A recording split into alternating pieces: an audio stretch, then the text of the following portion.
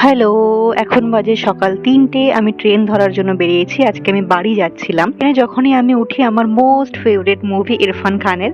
ইরফান খান আমার খুব ফেভারিট। আমি ওনার মুভি দেখে most of the time pass করি।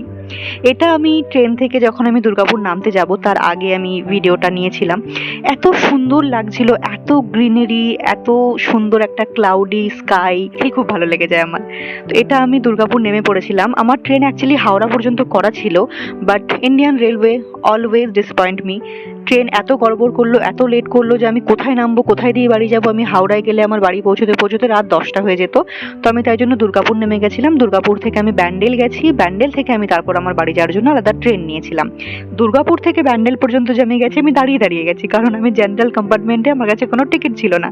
এটা ব্যান্ডেল স্টেশনে আমি পৌঁছে গেছিলাম অ্যারাউন্ড 9 PM অ্যাট নাইট।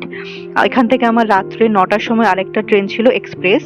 ওটা ধরে আমি আমার বাড়ি থেকে নিয়ারেস্ট স্টেশন যাব, যেখানে আমার এক্সপ্রেস ট্রেনগুলো দাঁড়ায়, নবদ্বীপ স্টেশনে। এই ট্রেনটায় আমার বেশিক্ষণ লাগবে না, 53 মিনিটস অ্যারাউন্ড লাগবে। এটা আমার বাড়ি থেকে আমাকে নিতে চলে এসছে নবদ্বীপ স্টেশনে। আমার ভাই আমার ব্যাগ নিয়ে যাচ্ছে।